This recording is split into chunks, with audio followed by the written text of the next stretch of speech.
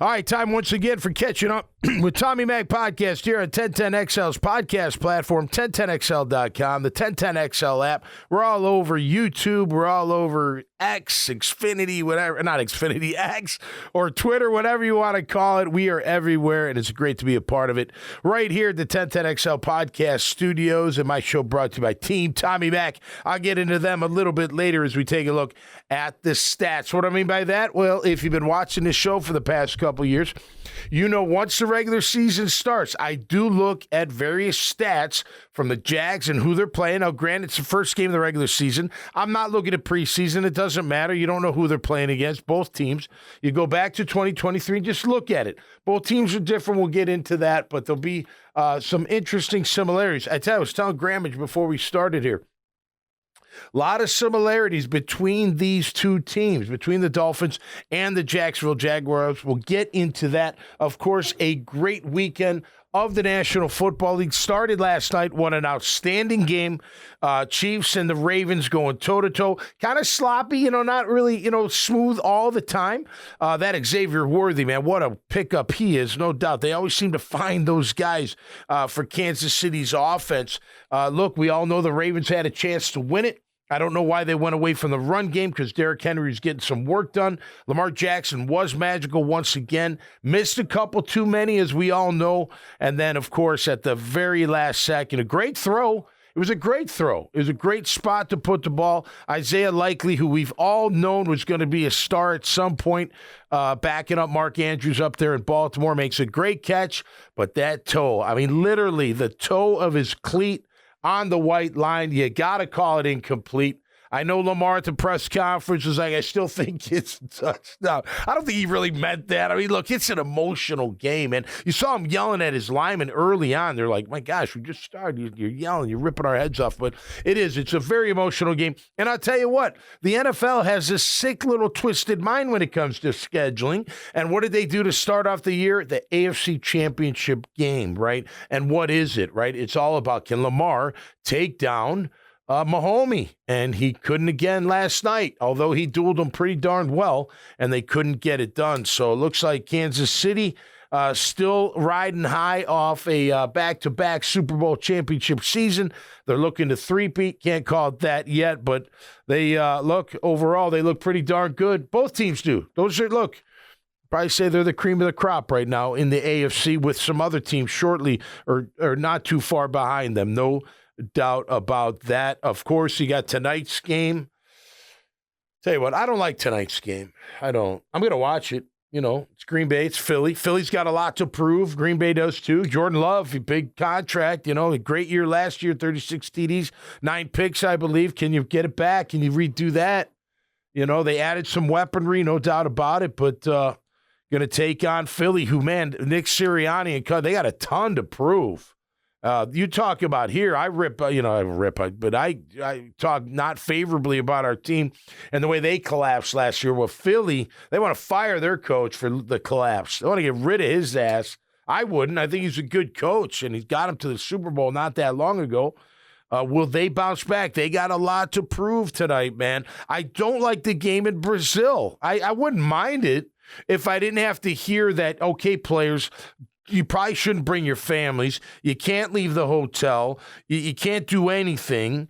It's not going to be that much fun other than the game itself. Okay, we're going down there for a business trip. That's fine. But why put these players' lives in danger at all? If there's even a tiny risk, why do it? Now, is there a risk anywhere? Of course there is, even in America, and I know that. But why? Why? And look, I know we want this, this universal, worldwide NFL brand. Great. But they care about soccer more, football down there than they do football, American football. I don't know. Do we have to be in South America, and why? I don't know. You could probably say, well, why do we have to be in England? Well, England that's an easy one. Ireland, England, even Germany. It's not, I don't know. It seems like kind of more of a fit. But if my guys got to be worried about their safety, like you can't invite your family. I'm going to Brazil game. No, you're not. No way. By the way, I shouldn't say I didn't let her. My mother wanted to go to the 1998 divisional playoff game when we went to go play the Jets and wanted to bring my godmother, God rest her soul. She's no longer here with us, my Aunt Rose. And I'm like, you ladies can't go. No way. They will kill you. They will not. They won't even care that you're old ladies. They won't care that you're Jag fan or that you're you're just old and it's okay. No, they'll rip you a new one. I'll be worried about you the whole time. I can't have it. I can't have it because you got to focus. You got to focus on the game. Can't be worried about, is my brother getting in a fight with somebody or is, my mom okay? Is my dad okay? Now you're telling me you go down to Brazil and you got to really watch your safety, like personal safety. What is that? You know what that is? I'm sorry. It's greed. It's greed. They want the game bigger and bigger and wider and wider. The valuations go up for every team. I mean, it does. You know the numbers. Go look them up. Forbes has got them. How much bigger do you have to go? I don't know. Do I care for in South America? I don't. Do I care for? I don't really care for anywhere. It's fine. I'm not saying that, but at the same time, man, let's use some common sense here, man. My guy's any kind of danger. No, not happening. Not going to have it. But you see the game tonight. Should be a good game. It should be a good game. Last night's game was really good. A lot of fireworks. I mean, a lot of good stuff. A lot of great plays. It was fun. A great kickoff. Great job of the NFL once again showing they're the greatest. They're the greatest team show out there, man, I think. Without a doubt, of course, you've got some good games coming up over the weekend with Sunday night football. The Rams coming to Detroit. A lot of people think Detroit is going to be the darling in the NFC. I still think they got to get by San Fran, but that's down the road, and I like Detroit. I like Dan Campbell. I love my friend Mark Brunell, who's up there, and I like the way they run things. But that should be a great Sunday night. And then Monday night, the Jets going out to San Fran. I'm picking San Fran. I mean, I know the Jets got a great defense. I know they've got weapons on offense. I know they've got, a decent offensive line. They added to it guy from the Ravens, Big Moses, and then, of course, Tyron from the Cowboys, up front. But I don't know. I got to see what's Rodgers going to look like. Is he going to be on fire? I hope he is. I think it'd be great for the NFL that Aaron Rodgers and the New York Jets are relevant. I do. And, I'm sure people out there are like, well, I don't like him. I don't like his stance on this. Whatever. I don't really care about any of that stuff. All I care about is what he does as a football player. Just like I don't let any celebrity influence me on anything. Nothing. Like they don't have any factor in my life whatsoever. Athlete, actor, musician, nothing. I don't care. You can say whatever you want, believe whatever you want, but just because you say it don't mean I'm going to believe it. I mean, that's just not the way it is. So I feel the way about Aaron Rodgers. Just go out there, play ball, man. You want to talk all you want. Go on these shows, say whatever you want to say. This is a free country. Say whatever you want. Everyone else gets a chance to say whatever they want. So if you want to, then go ahead. But I don't care about any of that. I just want to see him play some ball. And look, I'm an NFL fan. Jags are first, Bears are second, then the NFL. So I do want to see him come back. He's a great quarterback. The guy's phenomenal. One of the best QBs of all time. I don't know where you rank him, but you're going to rank Aaron Rodgers up there. And I hope he makes it. I hope he makes a comeback. I really do. I got San Fran winning. I think they're a well-oiled machine, man. I do. I could go over my picks if you want. We just did them over on Jaguars today. And they're fun. They call them, what do they call them? Oh, the confidence pick. So 15 games, you pick the winners, and then you start at number 15 with most confidence.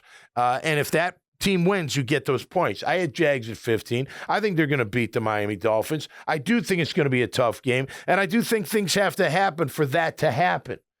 Specific things, which I will go through without a question. In my opinion, it's Miami's high-powered offense against our new D, and then our passing offense against their secondary. Got a pretty good secondary. Will Jalen Ramsey play? Well, he just got paid again. Did you hear that? $24 million a year, 3-year extension. He had been sitting out because of a so-called hamstring injury. Sorry, Jalen. When you faked a back injury in Jacksonville, it's like the boy who cried wolf. Nobody believes you.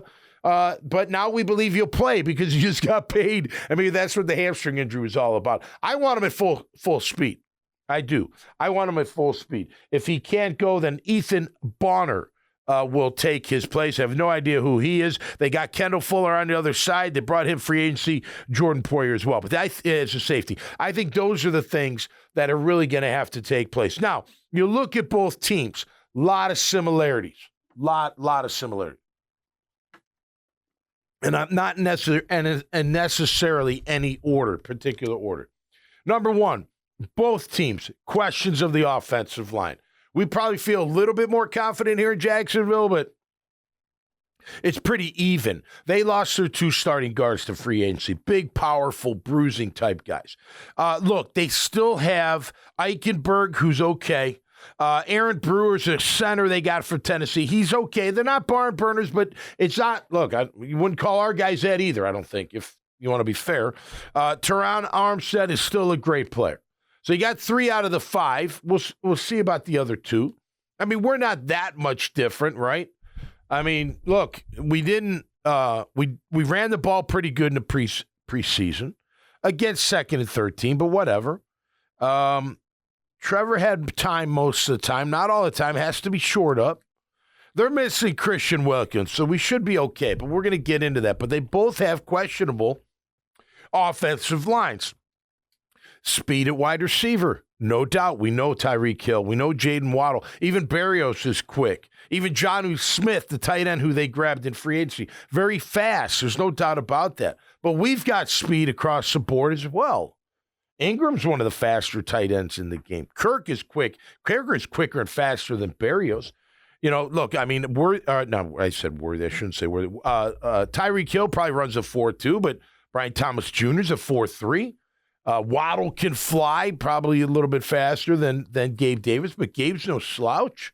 You know, we've both got talent in the backfield and in the wide receiver core. So a lot of similarities there. They both have a lot to prove in the AFC. We saw the Darlings last night. Buffalo's going to be in the mix. We'll see about Cleveland. But, they both have a lot to prove. Jacksonville's got a shit ton to prove, in my opinion. They do. And I'm all for it. And I think they will. But they've got a lot to prove, man. Are they for real? Are they ready to really contend for the title in just the AFC, right? You got to win that first before you get to the big show. Are they? Are they? Maybe. Let's see how they guess what? The Dolphins feel the same way. They're sitting there going, hey, we're pretty good. We lost some guys. We got some questions on D and up front on offense, but we got all these weapons. Our secondary's good. You know, we've got some players who bring in Calais. Jalen Phillips, when healthy, is good. He hadn't been healthy, but can be good. But they got a lot to prove in the AFC.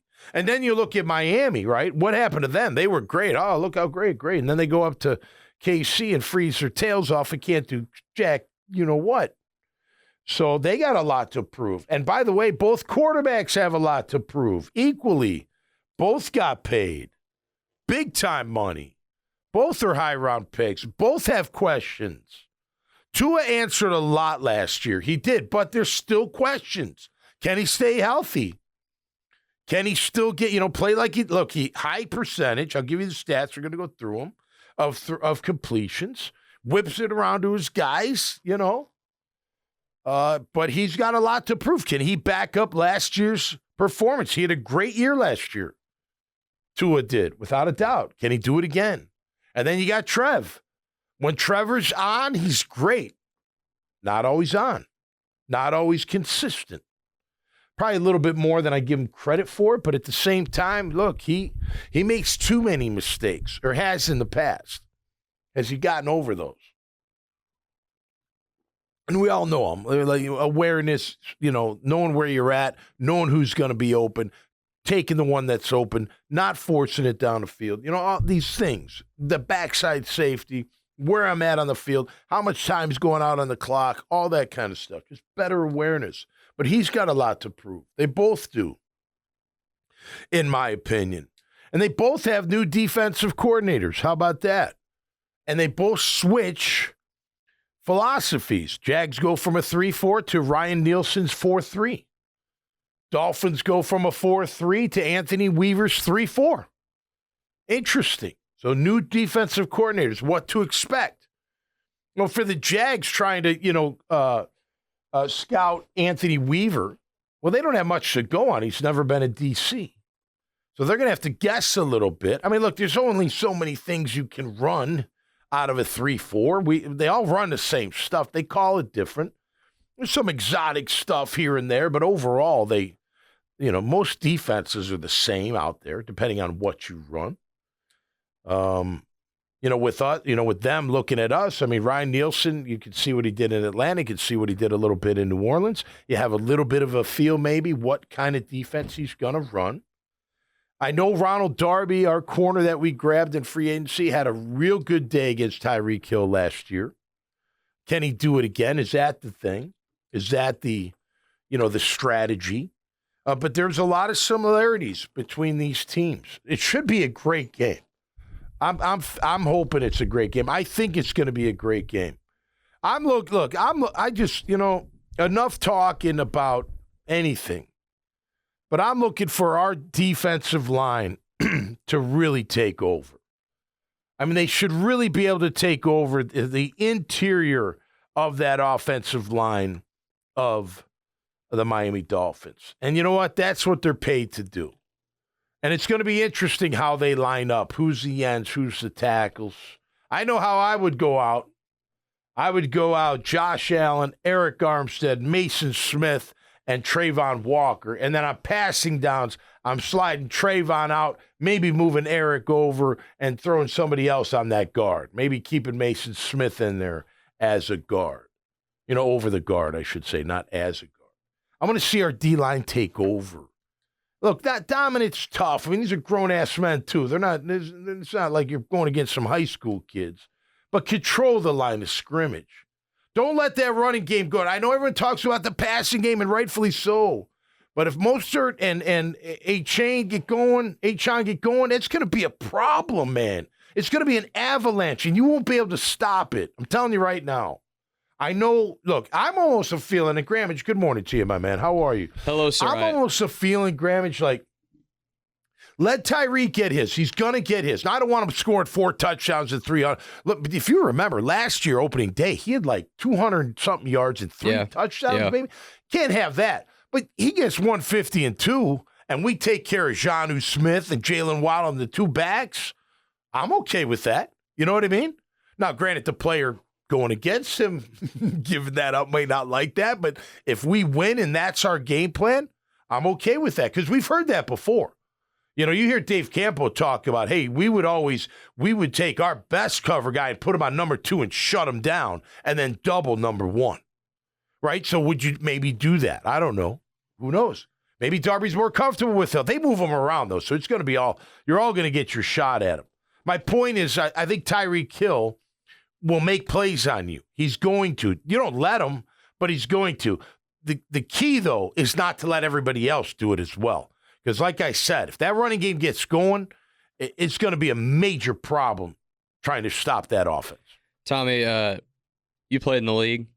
You know a little ball here and there. I think you know what you're talking about when it comes to football. I think so. Most of the time. Not all the time. You are absolutely right. Nail on the head. That is the number 1 key to the game. They got to stop that rushing attack of the Miami Dolphins. Yep. Because if they stop that rushing attack, Raheem Mostert, Devon Achane, if they're not really effective and they have to throw the ball, all of a sudden my 2 pass rushers, who I think are cream of the crop in this league, can pin their ears back, tee off. Yep. They are going to harass Tua Tagovailoa. Yep. That offensive line is banged up. Yep. Every report out of Dolphins camp is that it was not a good camp for them. Not everybody's healthy. They're not at full strength. If I can do that, and Tua's got a long developing plays, they got to get down the field. He's got to drop back. 41 and 44 are going to have good days. So I agree with that. I think you got to add, though, we need pressure up the middle on Tua. Yeah, and get those hands up because he gets it out quick. I mean, it's a 2.5 at the most, time from snap to getting rid of the football. I mean, that's the way they're. Mike McDaniel's a great coordinator. I mean, a great coach, but a great wizard when it comes to his offense. And that's what we've been talking about, Graham. That's what these coordinators and coaches want out of their quarterback. What? Run my offense. Run it efficiently. Don't turn the ball over. Get the ball into my playmakers' hands and let them do the work. It's no different down there in Miami or Lauderdale than it is up here in Jacksonville. That's how Doug runs his offense. Now, Tua is very accurate with the football and has been given time. So that's going to be something to keep our eye on. But Tua is not. Trevor is really mobile. Oh, Tua's not at all. No, like no. No, I should say not at all, but he's not very mobile. He ain't going to get out of Dodge. Like, obviously, tier 1 of mobile QBs is your Lamars and your Kylers and those guys with, like, elite speed. Yep. Trevor's in the second tier of mobile QBs. Trevor Ball. Yeah. Are we going to see that? Right. Are we going to see Trevor Ball? I sure hope so, man. Tell him what Trevor Ball is.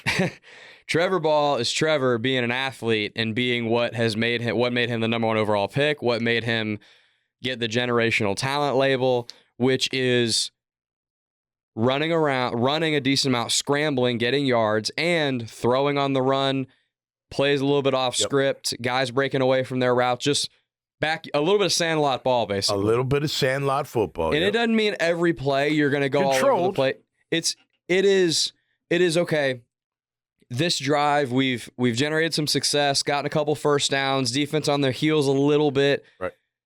Maybe in this 2nd and 7, the first read isn't there, and I got a little pressure, so Trevor might scramble somewhere. Christian Kirk breaks open, we got 40 yards. Right. Something like that. Or I'll scramble and get the Saints game was the best game he did this with last year. I was just going to say, Trevor Ball's Saints game last year. Or that means pass rushers are getting up the field. I'm stepping up between that tackle and guard. They're playing man down the field. Let me go get 8. Let me go get 12. Look at last night. Okay, now you're not Lamar, right?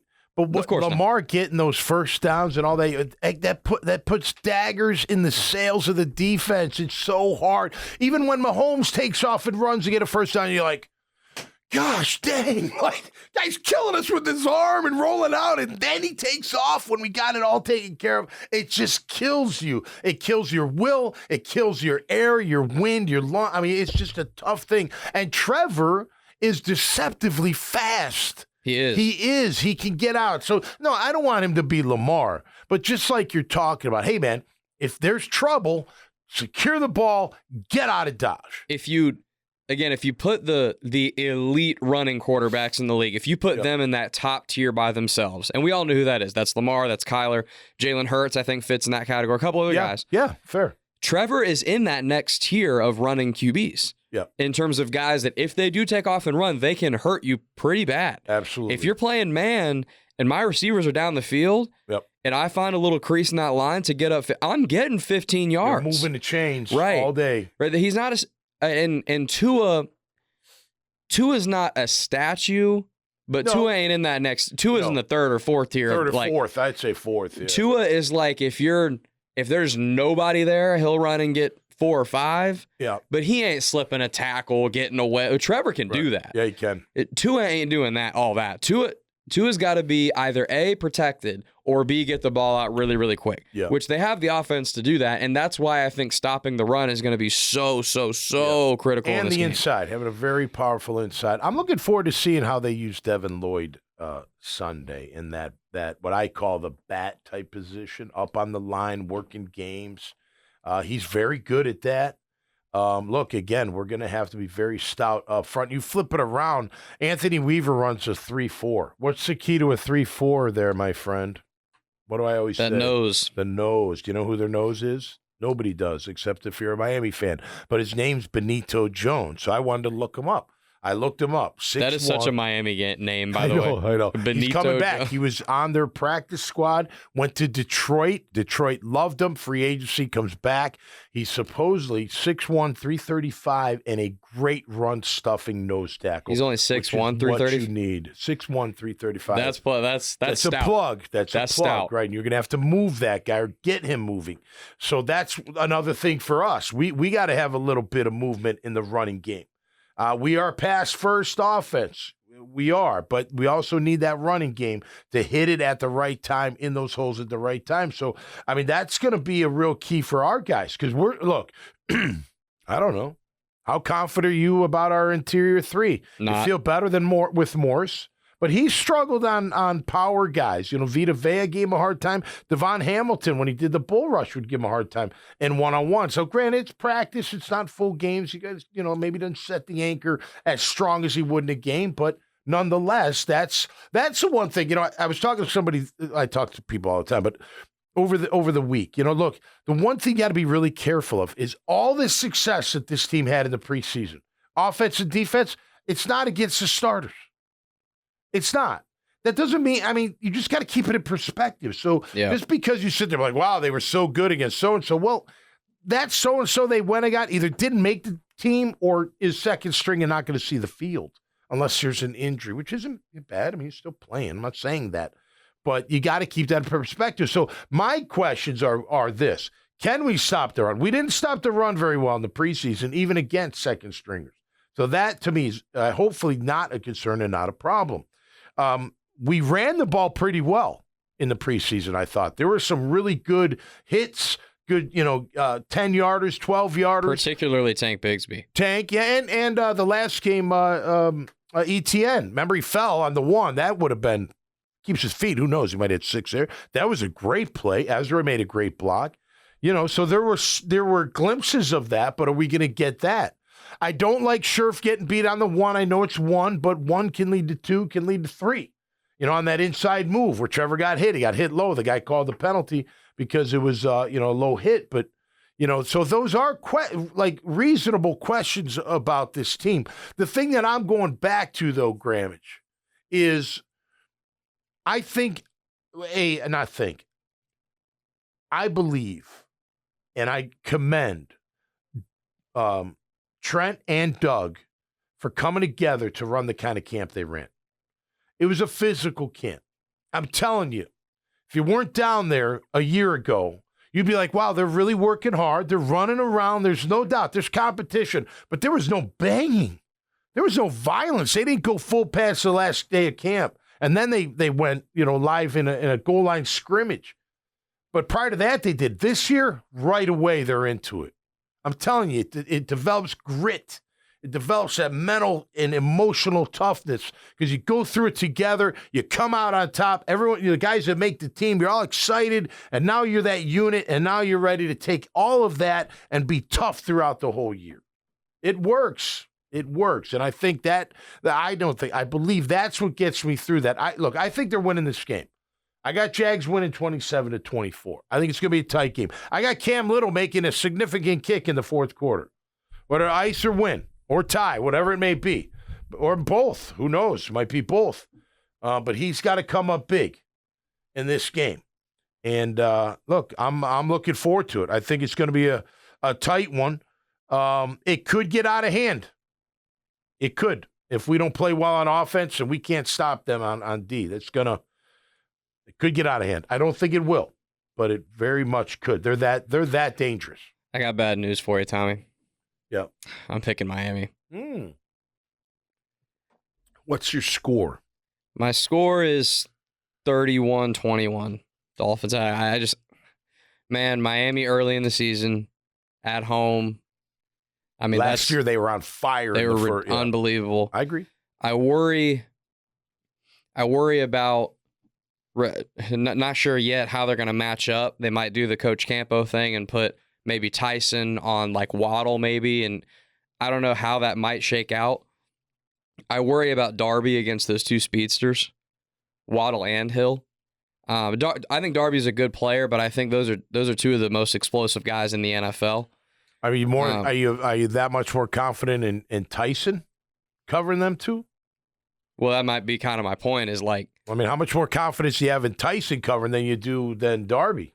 If you don't have much in Darby, you know what I mean? Yeah, a little more. I think he got paid like a CB1 for a reason. I think Tyson's top end ceiling as a player when he's fully healthy, when everything's right, is just higher, which means he could slow down a Waddle or a Hill more effectively. I just worry about where Tyson is not on the other side. Yeah. And I worry about that X factor. We talked about the run game. It's not that our D-line has shown that they're going to be poor against the run, but this is an effective running football team that they're about to play against. They have been, yeah. But they lost those two big guards, so we'll see. So I just think that, you know, all week the main talk has been Tyreek Hill, contain him as much as possible, or do the strategy you said and maybe let Tyreek go off but shut everybody else down.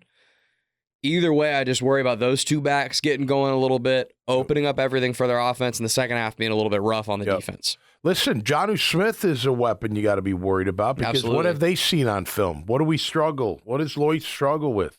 Covering the tight end. Muma. I mean, you know, Aluakin does a good job, but what if you get, you know, your Jonnu Smith on Devin Lloyd one-on-one? You're probably going to run that seam route or that 7 route, you know? So you got to be on your toes in that one. I think think these teams are close. I do too. I think they're close. So I'll be honest. I'm going to be really ticked off if they get beat like that. I am. And I'm not buying into the hype. It's not like you have, you know, it's like all this, you know, you have to. But look, you guys are very similar. They were 10-6, right? 10-7? Miami last year? Yeah, I think so. Yeah. 9-8. Like we could have been 10. I mean, you're not. You're pretty close. Quarterback. Close, right? Close. Offensive line right now, I'd give us the edge, but close. I'd give our D-line the edge. I'd give their secondary the edge. I'd give their wide receivers the edge. Right? Tight end, I'm going with Ingram. And you better get his ass involved in this game because he could cause just as many problems to their linebackers as Jonnu Smith can to ours. A positive prediction for me for the Jags. I think Evan Ingram has 2 touchdowns. Okay. You know, I gambled last night for the first time. I saw your tweet. Me and Avery, my oldest. I'm proud of you. I just did a couple parlays. Side. Yeah, you know what? My 2 out of my 3 parlays hit last night. Kelsey did nothing. He was supposed to score 1.5 points, which I don't really know or 1.5 touchdowns, which I don't really know what that means. But I think he had to get 2. Yeah. But I had Pacheco getting 1 and Henry from Baltimore getting 1. So those 2 hit. Yep. I was like, oh, and then Chad was thinking about his girl up in the rafters. The halves are for tiebreakers. Yeah. What's that? The halves are tiebreakers. Okay. So when you bet on something, if they make it a half, yeah, then just by the way the math works, you'll end up being over or below it. Okay. So you can always win or lose the bet versus tie it. Okay. Like if you're betting on 1 touchdown and they score exactly 1 touchdown, right? Like it has to be written that way versus a half. You bet on 1.5. So Kelsey had to score 2. 2. Right. So he didn't have any. But even if he had the 1, that wouldn't have been good enough. No, he needed to beat that, right? Yep. Like when you bet like over-unders for games, it's always, you know, 52.5. Yeah. Or whatever. That's how they all are. I've got, I forgot who I have. I'd have to go on my phone. But I got one more parlay. 4 players got to score a touchdown in their respective games. McAfee's one of them. And Justin Jefferson's another. I want to say Chase. Who's McCaffrey? What did I say? What did I call him? McAfee. McCaffrey. I was like, Pat McAfee? C-Mac. Yeah. And who was the 4th? It might have been the young kid from Arizona, which is tough, you know, the Air Harrison. But we'll see. You know, it's only $10. So it's kind of fun. They're fun little parlays, you know? It's probably $10 to win, what, like 100 or something? Yeah, 200, something like that. Gotcha. I'll take that. Throw that into the beer pool, and we're good to go. You know what I'm saying? All right. So, yeah, that's going to be, I think, the keys there. Looking over my notes. But, yeah, can we control the line of scrimmage? I know it's like football. Whoever wins the line of scrimmage normally wins. Not always the case in the NFL, but for the most part.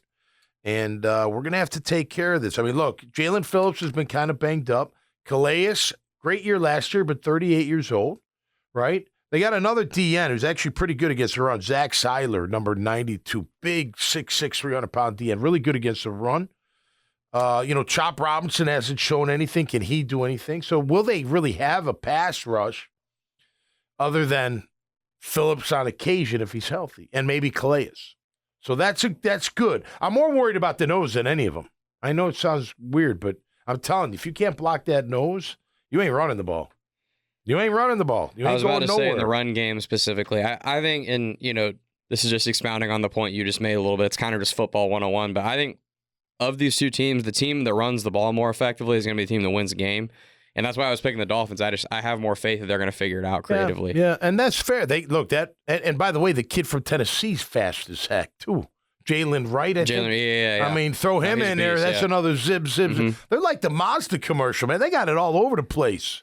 And they're loaded with speed. And, like, the run game, too, with them, even if their offensive line is not completely up to par, McDaniel is arguably the best. Him and Shanahan are the best in the league at creatively running the ball, too. Yeah. How are we going to give you some eye candy to look at to maybe make your D linemen and your backers hesitate a bit so that I can get that extra second to get outside and get 5-6 yards going one way or get up the field or whatever? It's not just going to be straight up downhill down your throat. They're going to figure out you best believe Tyreek Hill is going to get an end around or a sweep or something. Especially after watching Worthy last night. Correct. Jeez, can Correct. He fly? And it ain't just going to stop in the run.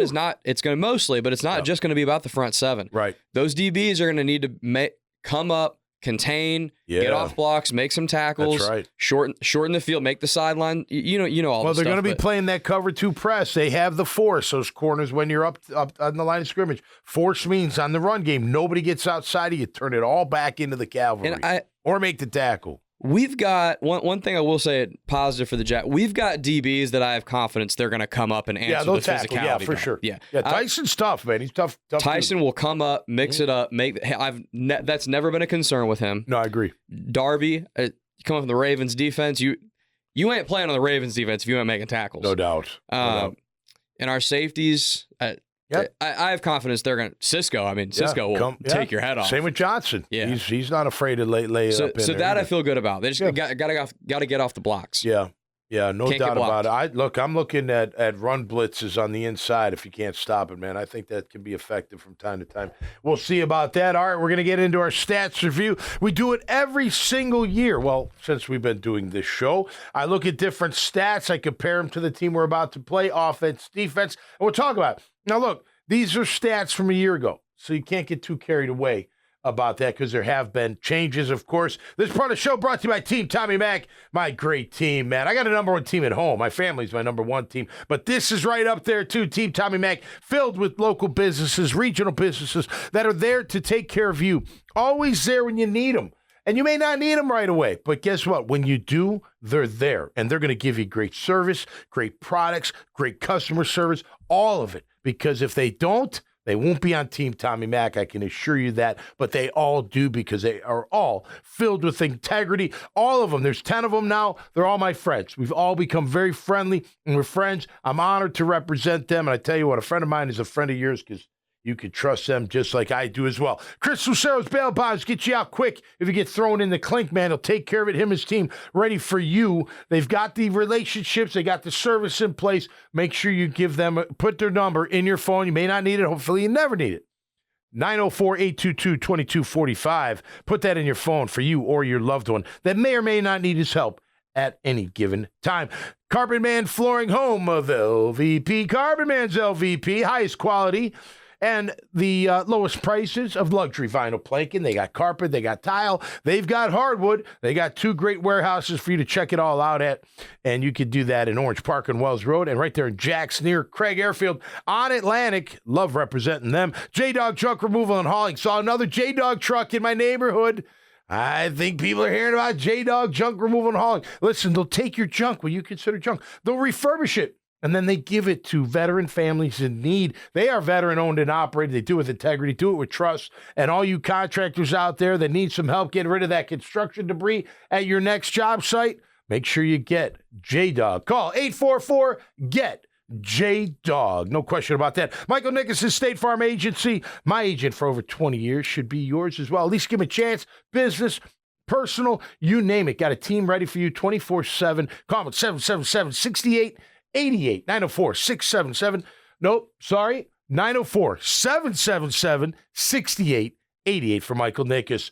Newmark Phoenix Realty Group, my good friends over there, the number one commercial real estate brokerage house in town. That's right, I said it. They've been together since 1993. They get it done how? The right way. Damn right they do. Whether you're talking about industrial, commercial, retail, office, it doesn't matter. Development, investments, they're number one. 904-399-5222. Salt Air Inn and Suites.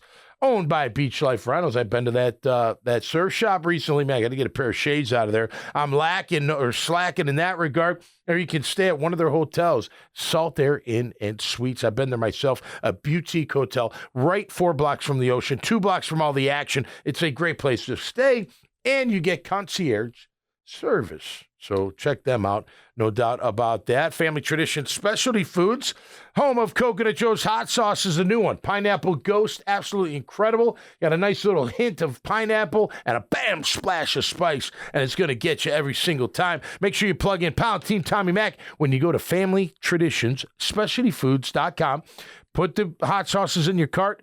Get that discount code bar, throw in Pound Team Tommy Mac, get a BOGO free, courtesy of Team Tommy Mac. Freedom Finance, my friend Courtney Myers, it's his company. He's there to help you, all you early stage, you startups, even you companies that are looking for a fractional CFO, someone to help you out with your books, help you out with forecasting, help you out with fundraising. The guy does it all. Make sure you check out Freedom Finance. Code Ninja's a great school for your kids to get certified in coding. That's right, but not just coding, building, security, working with Roblox, Minecraft, building games, and going outside and having a good time. It's a great after-school activity. Check out CodeNinjas.com. Azar Sausage, my friends John and Phil, third-generation homegrown, down home, now in native sun. Azar Sausage, whether in your favorite dish or in a bun, Azar Sausage is the one. I'm going to see the boys after I'm done here, and hopefully they load me up with some of their andouille or hot sausage, some of the best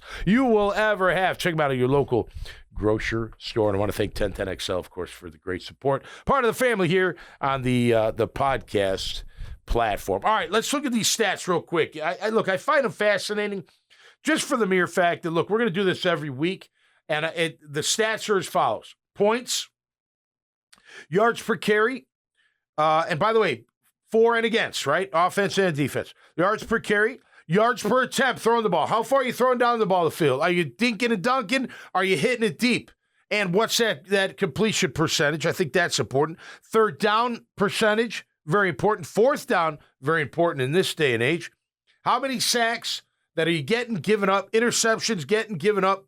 And then what's your turnover ratio? Okay, we good? Everybody good? Got it? I think you got it. All right, let's start with points. You want to start Jags or Dolphins? Let's start Jags. I think we'll go with the hometown team. All right, points last year. Jags average 22.2 points per game. They gave up 21.8. That margin is 0.4.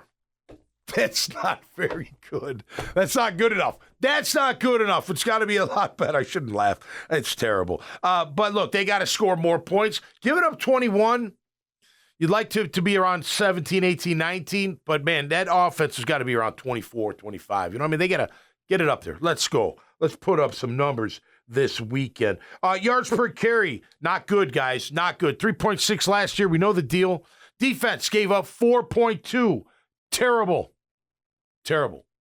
That's not good enough, and that's a concern going in. Yards per attempt, Jags, 7.1 on both sides of the ball. The offense completed 66.5% of the passes.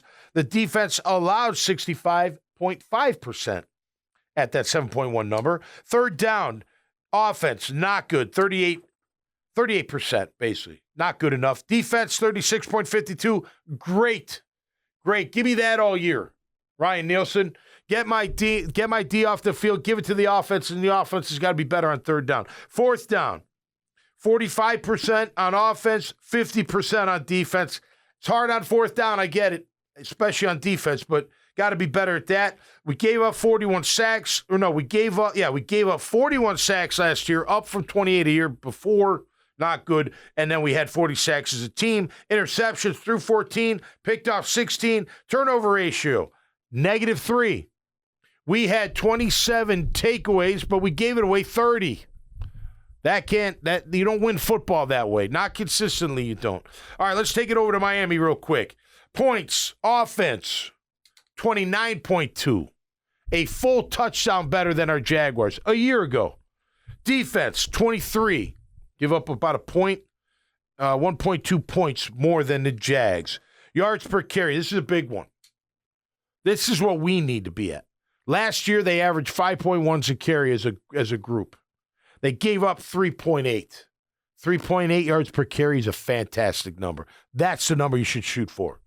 You want 3.6, you want 3.5. That's, hey, man, you get that. That's like above and beyond expectation. Anything under 4. 3.8. Yeah, well, 3.9 is kind of 4, you know what I mean? But 3.8, you're definitely under 4. You know what I mean? So I'm looking for that. But that's good by them. Yards per attempt, I tell you, he's accurate. Here we go. 8.3 yards per attempt for Tua. That's 69.4% completion percentage, almost 70%. Defense, 7.3 around the Jags, 66.9. Third down, their offense, 42.08. A little bit better than us. I like ours in the 40s. We're not. We're 38. And then they were at 39% on defense. That should be better for them. Fourth down, 44 for their offense, 46.67 for their defense. Their defense had 56 sacks last year, gave up 31, 10 less than us. And then picks were 15 and 15. They were +2 in the turnover ratio. So there you have it, side by side. I'll go through the stats on Monday. Right, Grammage? Yes, sir. Start Monday, next Monday. Yes, sir. So the new time slot for catching up with Tommy Mack, it'll always be at noontime on Monday and then Friday. We'll preview on Friday, we'll review on Monday, and it'll be fantastic. I'm going to be doing the 8 to 10 morning show brought to you by Grammage. You know that answer. Terminix. Thank you, Terminix, for the support. We'll be on that show with Hayes Carline, Mia Hamm from Miami, and Frank Frangie as well. We'll break down the game.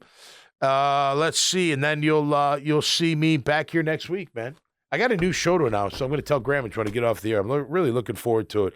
But anyway, should be a great weekend. Good luck to your teams out there. AFC South, Tennessee at Chicago. I got the Bears winning that one. Get after Levis, and you'll win that game. And then I got Houston on the road at Indy. Houston keeps it going with a victory against the Colts. That'll do it for me this time around. Thanks to Team Tommy Mack. Thanks to all of you. Thanks to Grammage. Thanks to 1010XL. Have a great weekend. Let's go, Jags. This is your year. You got to get off to a great start, and we hope you do. Until next time, stay safe. Be cool. We'll see you right here on Catching Up with Tommy Mack. Peace.